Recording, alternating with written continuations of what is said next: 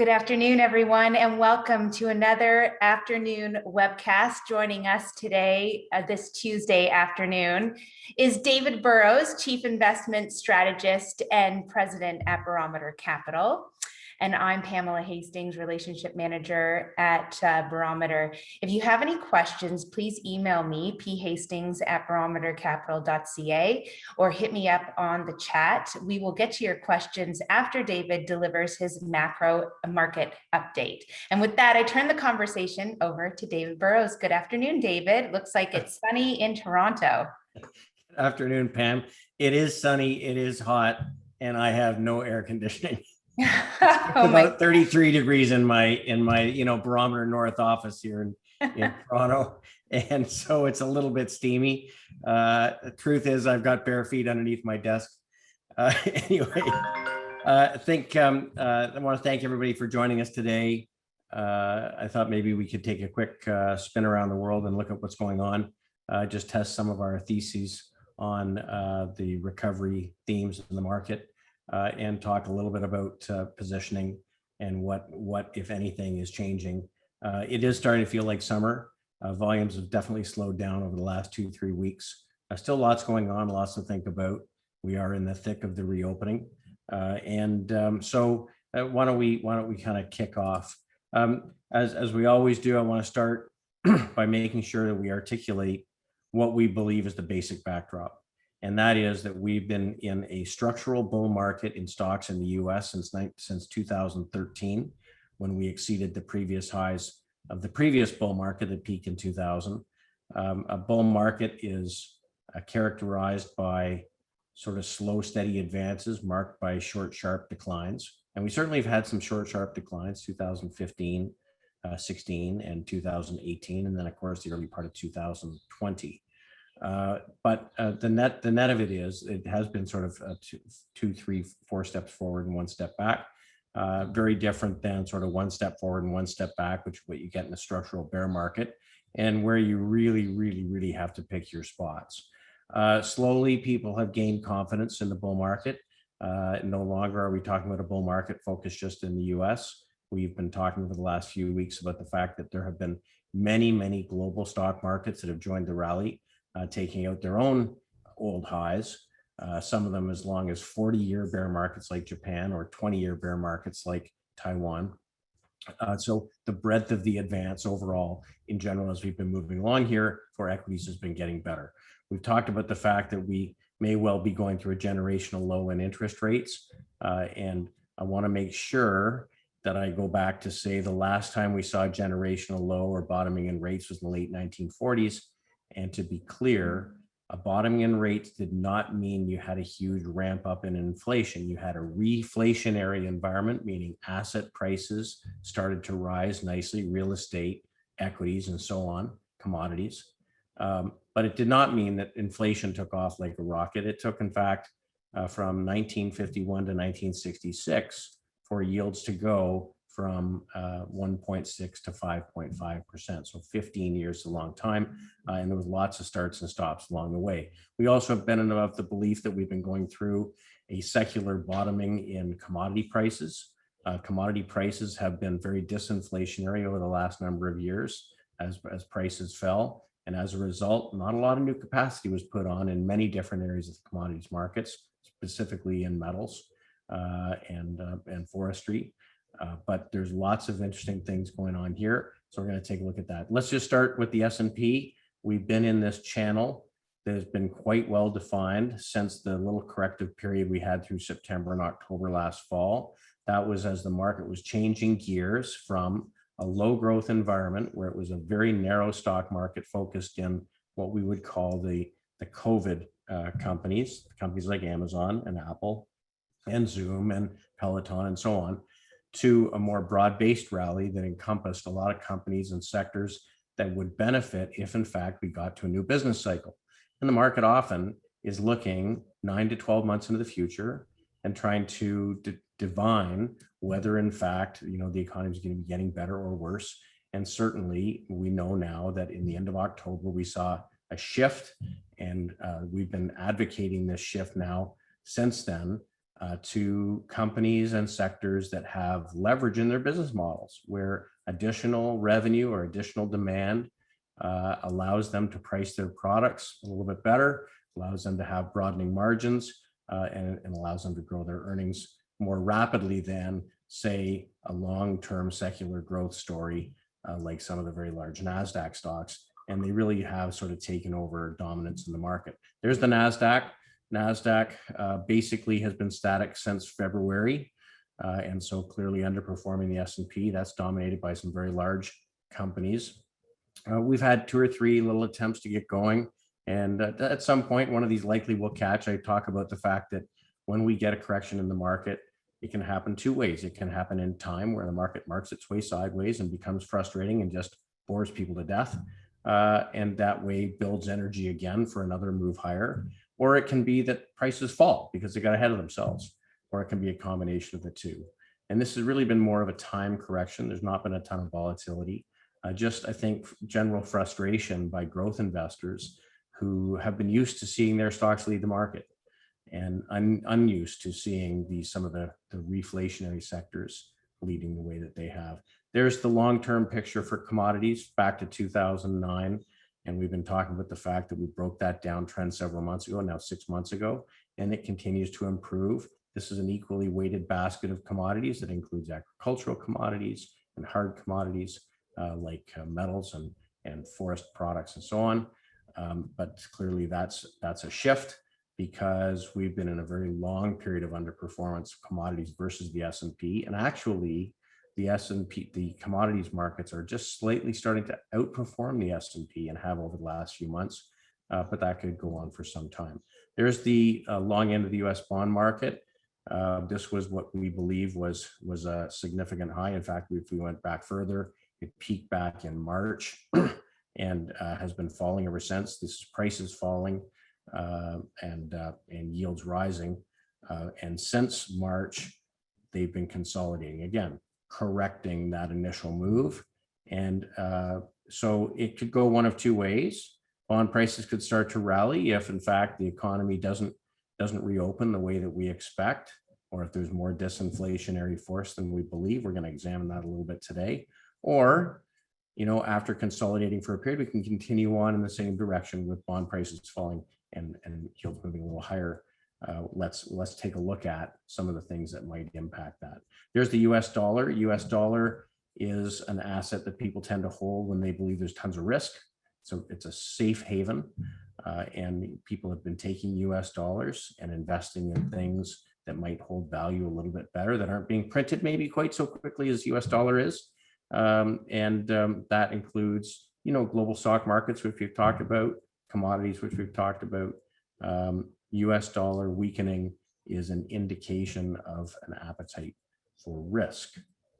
Okay, so let's look at some of the key data points over the course of the week, just to put a wrap on earnings. With 99% of the companies in the S&P having reported, 87.5% of companies beat the estimate in first quarter 2021. That's the best quarterly beat going back to the late 1980s. And so that's a very, very strong quarter. Clearly lots of beat and raises. So companies raising their estimates coming off the quarter. Now, well expected that the companies would beat, but that's a substantial number. When we look at the reopening, we now have really the vast majority of the US completely reopened. There's a couple of states still to reopen this month: Kentucky and Illinois, and California and Washington. And then upcoming in July, you got New Hampshire. We don't know what they're going to do in Oregon or in New Mexico, but this is where the rubber hits the road. We start to see what demand looks like, and we start to see what the world looks like post-COVID. And certainly, the market is very interested, and we want to understand what the message of the market is.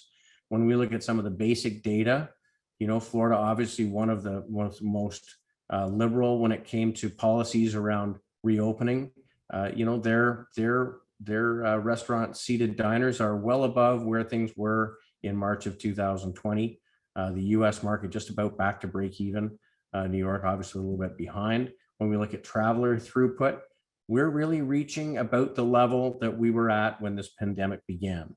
nearly 2 million travelers through TSA gates on Sunday. This continues to improve, and you're seeing that in some of the leisure and travel companies. And so now let's take that and look at some of the inflation data, because obviously one of the big concerns for investors is that inflation ticks up faster than what we expect. One of the reasons for that is the stock market doesn't love inflation. When rates go up quickly, it becomes a threat to the stock market. If rates move higher slowly in an orderly way, that's not a threat. Often when you're getting a re-acceleration in the economy, you do get rates moving higher. It doesn't mean it's purely because it's inflation. It just means there's better growth in the economy.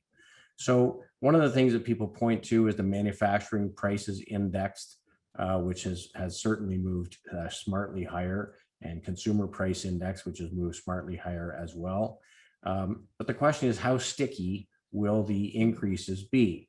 When we look at our average hourly wages, they certainly hit lows earlier in the year, and they certainly have started to tick up, but really not too much to look at so far. Certainly nowhere near where we were back in the 1980s, but that's something that we want to keep an eye on. This is a chart that takes all of the PCE components and says how many have gone up more than 10% over the course of the last year. You can see what it looked like in the late 1970s. You can look at what it looks like today. Maybe this is just very early on, and maybe it's going to continue, but at this point, certainly not compelling to say that we have broad-based inflation. When we look at a measure that the Atlanta Fed has, which is what they call sticky CPI, or price increases that they believe are likely to stick long-term, certainly nothing compared to the late 1970s. This is really only a blip at this point. So this may be one of the reasons why the Fed is saying that they believe that inflation right now is transitory, is experiencing a tick up because of new demand and the reopening in the economy. The question is how much of it will stick, how much gets offset by the disinflationary forces of technology, and the fact that business models, have continued to change as we've gone through the pandemic. Some of them will not go back to the old world. And then we look at employment. Now, employment is a in-your-face data point. We watch the employment data consistently, and in the last 2 weeks, the employment figures have actually come in a little less than expected. Unemployment a little bit higher. Unemployment claims, interestingly enough, are higher now than where they were before the vaccine started getting rolled out. Now that might be an anomaly in the data, but certainly the bond market and the stock market took that to mean, oh, okay, employment is not coming back quite as quickly as some of the most aggressive forecasters might have expected, which means it's less inflationary, and it gives the Fed cover. So this is civilian employment, 16 years and over. And as you can see, we are a long way from where we were before the pandemic, and the Fed's been very clear. We aren't going to thinking about raising rates until we get employment at least back to where it was prior to the pandemic. So while there is certainly concern around inflation, and the market watches that very closely because that could choke off a rally, at this point, it doesn't look like we are going to get the punch bowl taken away right away. And let's see what the market has to say about that. Well, I guess just to summarize the earnings, I think the most important thing to take away is that the estimated 12-month S&P operating margin right now would be a record. So when we talk about wanting to own companies and sectors that have operating leverage, this is companies where their margins go higher and their earnings go higher with small increases in demand. And so what we're seeing here is it looks like so far, based on the earnings that we've been seeing, pickup in demand is translating into earnings, which is good for the market because it should support share prices. So let's look at our data from a breadth perspective. And this is what we care about. Our short-term data, virtually all is positive. The percent of stocks trading above their 50-day moving average moved higher across the board globally this week. The percent of stocks with positive weekly price momentum, and that's an important one for us. Momentum is expanding. Percent of stocks hitting new highs versus new lows. That's expanding as well. And there was virtually no movement in the data percent of stocks trading above their long-term moving average or their 150-day moving average. So to us, the backdrop is favorable because there's no bear market in history that ever took place while breadth was expanding. Now that can change, but at this point it continues to expand. 2 weeks ago, I put this distribution chart up. It took all of the major markets in the world. In green are those that we're seeing expanding breadth. And we put them on a distribution curve based on what percent of stocks within those markets are performing well. So Hong Kong had expanding breadth between 34 and 36% of stocks in the market in long-term uptrends. So you can see a pretty broad distribution of green and pink. Let's take it forward 2 weeks. The picture's changing. The markets are shifting up the curve, meaning they have higher and higher percentages of stocks moving higher in price. And the number of countries with expanding breadth definitely is improving. Notably, China is in here, all of the Middle East, all of Asia Pacific, all the US, major countries in the EU like London, Germany, all of Latin America, important countries in Asia like South Korea and Taiwan. So we're seeing pretty steady improvement there. Important to be happening in that period of the year where lots of people get concerned about May and June. Breadth certainly is not telling a picture of any deterioration under the surface. When we look at credit spreads for investment grade continue to narrow. So no concern by fixed income investors of credit risk in corporate debt. In fact, this week, some incredible long-term issuance by large US companies. I think Deere raised long-term money at something like 30 or 40 basis points over a treasury bond. So really quite extraordinary. When we look at the S&P, other data points that we think are important. This is the S&P 500 weighted as it would be by the size of the company.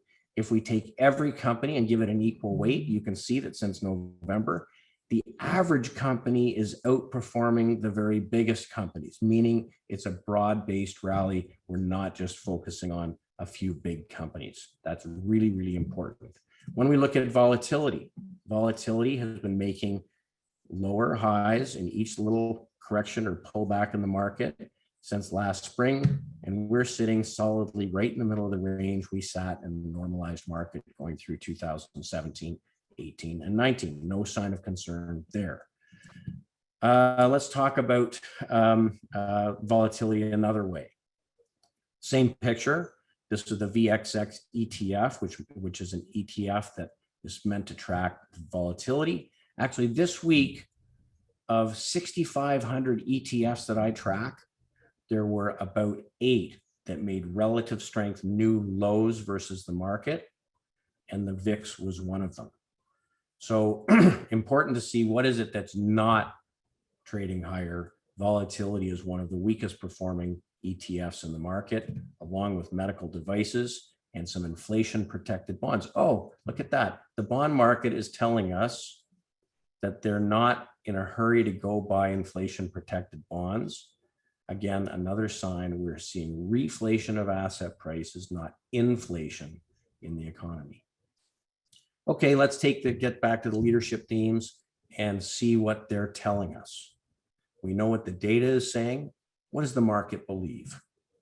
Well, I put this chart up over the last few times we've been doing this meeting. This takes us back to that inflection point in late October where reflation seems to have taken off. Worst performing asset, the long end of the US bond market. Just behind that is the XLU, that's the ETF that holds utilities in the US. Again, a bond proxy. IGV, which is the software ETF. You know, this is a group that we focused in for years that has very little economic sensitivity because most investors or most users of software pay by the month. They're subscription based and don't change dramatically when the economy gets better. Then you get the Nasdaq, then you've got global infrastructure assets, then the S&P. Now let's look at what's outperforming the S&P and continuing to. Okay, you've got the XLI, which is the industrials. You've got the KIE, which is insurance ETF, dividend growth, which we've spent lots of time talking about, the positive attributes of the return that you tend to get from dividend growth in rising rates.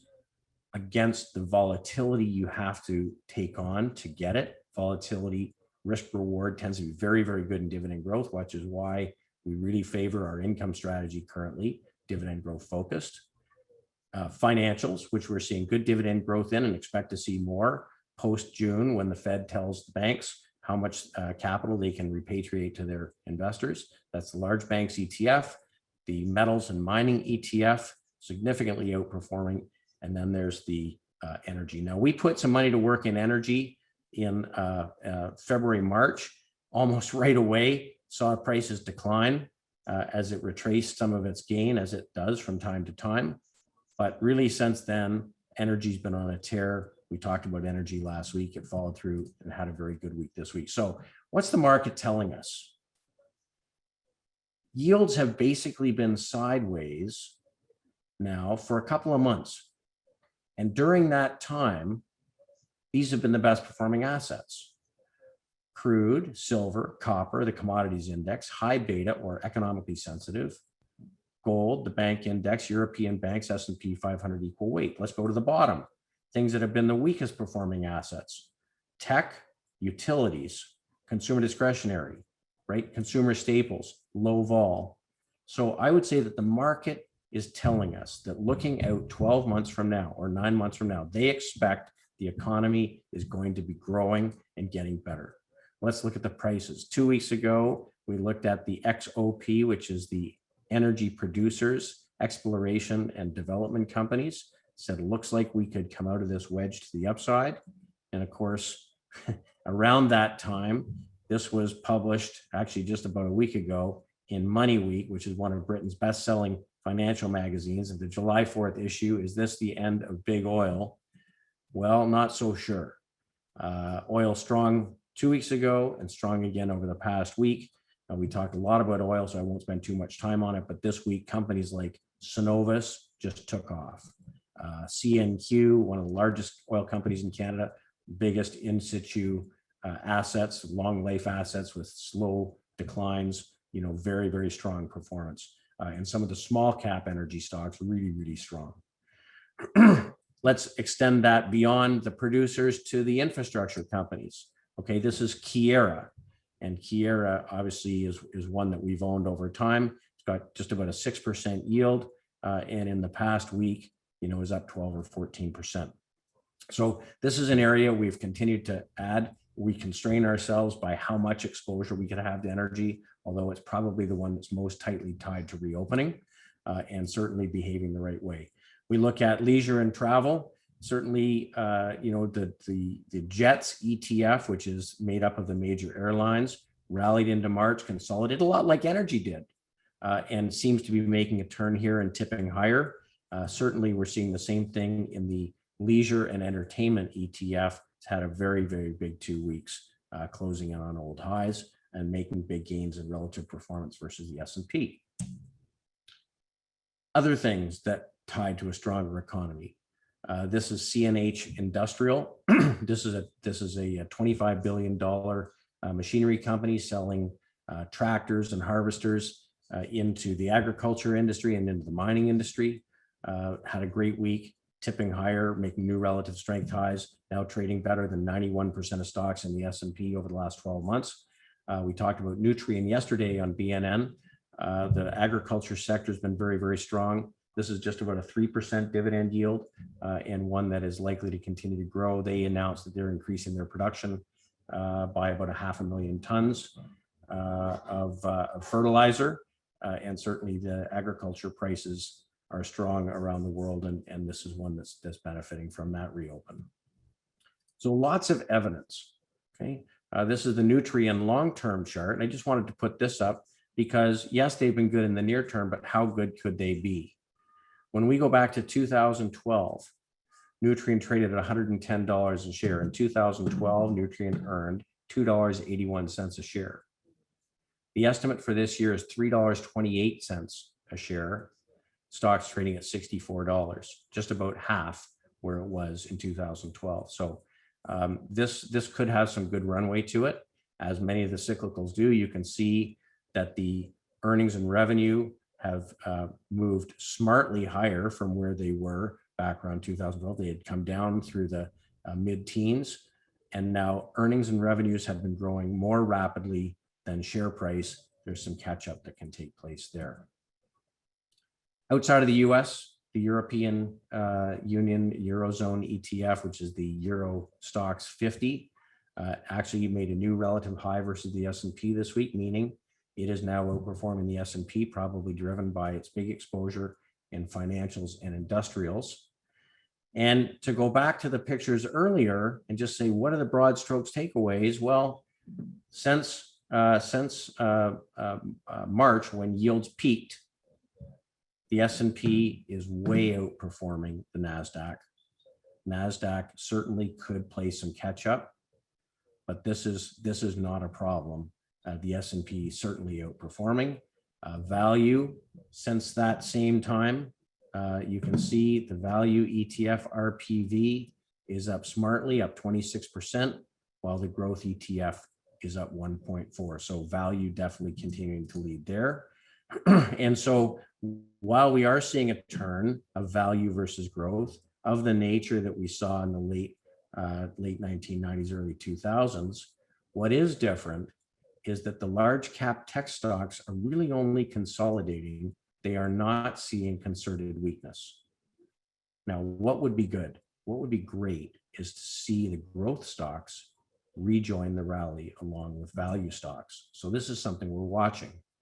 This is Facebook, after consolidating from September of last year, broke out in April, had a couple of false starts, but as of today, traded at new all-time highs and seeing a pickup in relative price strength. When we look at Amazon, which is probably one of the biggest laggards since last summer, sideways all the time, growing revenue and earnings. We made a low through March. We made a higher low through May. And here we are today, breaking this little short-term downtrend. So there is some hope that maybe we can see a pickup in the growth stock universe. But again, more breadth is better than less breadth. A more broad-based market better than, excuse me, a market that's very concentrated in just a few stocks. So I continue to be optimistic about stocks in general. Our job is to do three basic things: take the work that we do, focus in on where we see the leadership, and then find the best companies that we can find to express our view. We reevaluate this every day. Where we see new leadership, we will start with small partial positions.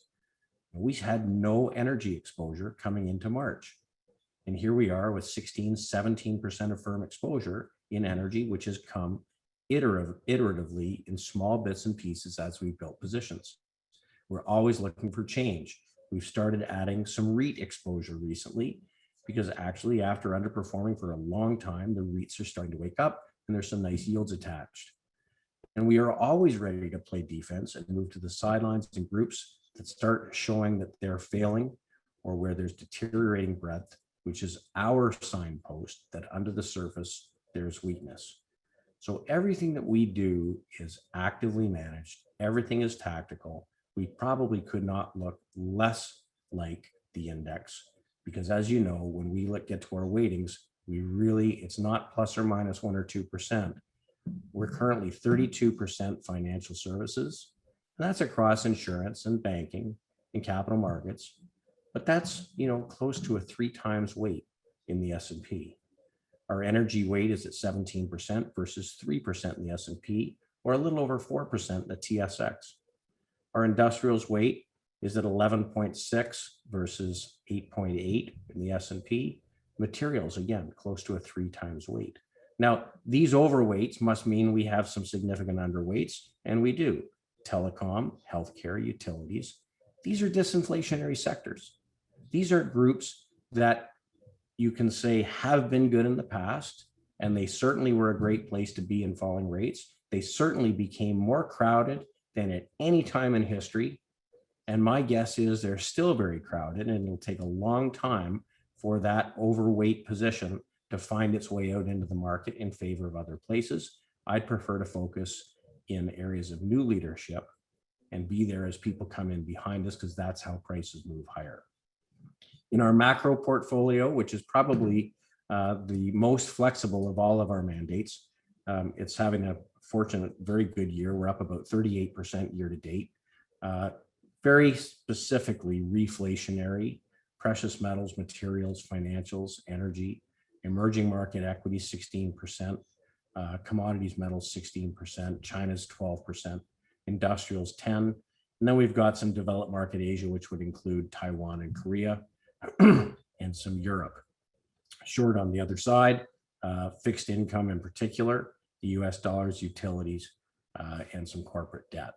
So we're not being wishy-washy about this.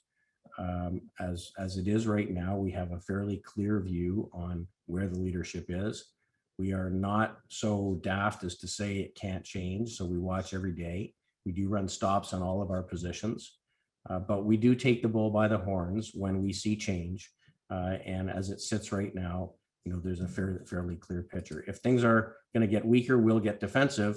But I put this up again because we had 5 people phone last week after the call to say, what was that data you talked about again? And this was just interesting. This is not our work. This is from LPL Research. But they looked at every year since 1950. And they said, of those years, which years was the market up 10% or more 100 days into the year, which to some would mean maybe the market's going to correct. Maybe I should take some money off the table. Maybe I shouldn't put any new money to work. And if you took all of those years, starting in 1950 to present, where the market was up over 10% on the 100th day, turns out the rest of the year was pretty good too. So one really tough year, 1987, that happened after the market was up 55% a year. It happened on some very high volatility as opposed to what we're living in right now, which is relatively low volatility. It happened after Brent had been deteriorating for 6 months from March until October before the market cracked. We're seeing expanding Brent.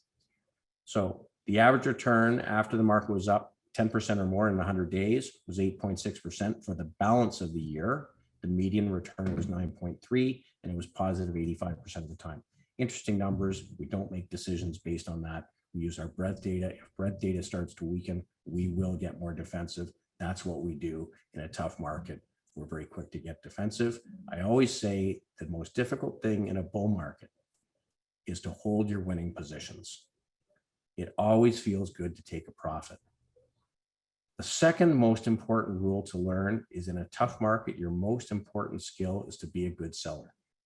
And that's something that I think that we're proud of over time. We certainly have not been perfect. We've made lots of mistakes along the way, but in general, in difficult markets, this breadth work has saved our bacon more often than not. So with that, Pam, if you have any questions, happy to answer them. And if not, thanks everybody for joining us. Let's start with the first question. Forestry stocks have pulled back 20 to 30%. Do you think this is a temporary consolidation, or what is your view? Okay, so this is the ETF wood, which is the timber and forest products. Certainly prices for lumber have pulled back recently. Now, I just want to highlight this. We've seen this now on a number of occasions in groups that had, significant breakouts of multi-year ranges. Let's take the lens back. Certainly they don't go straight higher. So the forestry group has pulled right back in. It's pulled back into the longer term moving average. I actually think this is probably a pretty good entry point. It maybe pulls back a little bit more. If I take a look at a couple of the individual names, like say International Forest Products, Interfor, it's pulled right back into the breakout, pulling back into the 150-day moving average. I think actually in and around these levels, probably a great next entry. Canfor would probably be similar. Yeah, so similar, pulling right back into the 150-day moving average. One of the things that we do watch is when groups get very extended away from their long-term moving averages, they absolutely can pull back. And so we'll wait and see it make a turn, but this would be a natural sort of entry point. Thanks so much, Dave. The next question, we do have a lot of exposure in the financial services sector, and we have an investor here looking for you to give an assessment of relative value and growth prospects of the Canadian banks. What do you see for the rest of the year with your crystal ball? Well, I wish I had a crystal ball. Look, the banks have been very, very strong performers. They've had very little volatility.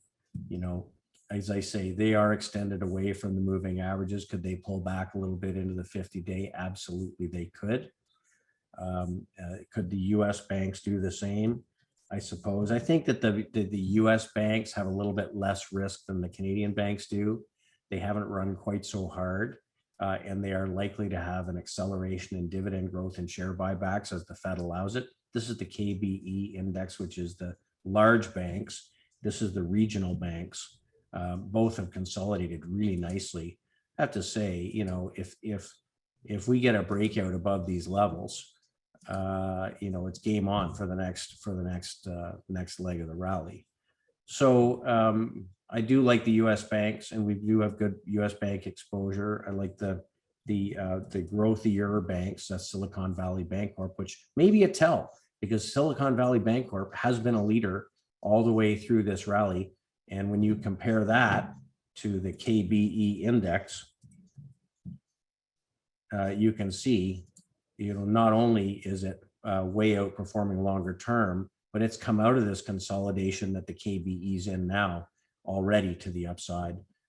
We've seen the same thing in First Republic, which is another one of our large ones. The negative to the U.S. banks, of course, is as an individual investor, you're taking on currency risk, and you know, the Canadian dollar has been very strong, and so it's been difficult to buy U.S. positions without hedging your exposure back. In the pools that we run, we've had all of our exposure hedged back to Canadian dollars, partly because of the weakness of the U.S. dollar, but partly because of the close tie our currency has to commodity markets. And Dave, just briefly on that, when do you expect U.S. banks to announce buybacks? Well, there's going to be some news from the Fed this month as to what they're prepared to allow. The capital bases have been rebuilt so nicely. Many believe that they're overcapitalized and that they should have the right to buy back shares and increase their dividends. So we likely get some news on that relatively soon. Dave, a question here on one of your favorite topics, electric vehicles. How are you playing the space, and what do you think of Magna as a servicer to EV? Well, it's a great question. I mean, I've used Magna now 2 or 3 times on BNN as a top pick. And I think it's a great way to be exposed. Over 90% of the parts that Magna manufactures roll over and are applicable in the world of electric vehicles. So that's one thing. They don't get hurt by electrification. The second thing is, of course, they're the largest company that does contract assembly for automakers, which makes them probably a strong candidate if Apple were to enter the electric vehicle market. It's very possible Magna could step into a role of being an assembly partner like Foxconn is to them in the iPhones. Magna in general is not expensive relative to U.S. auto parts companies, and has a great global footprint. They have large customers on every continent, and you know, do very well with the European manufacturers like BMW. So it looks really good. As far as electric vehicles go, we don't own Tesla. We haven't owned it for a long time. You know, I have the car, but it, you know, it became very expensive, and it has suffered the same way as growth stocks have in general.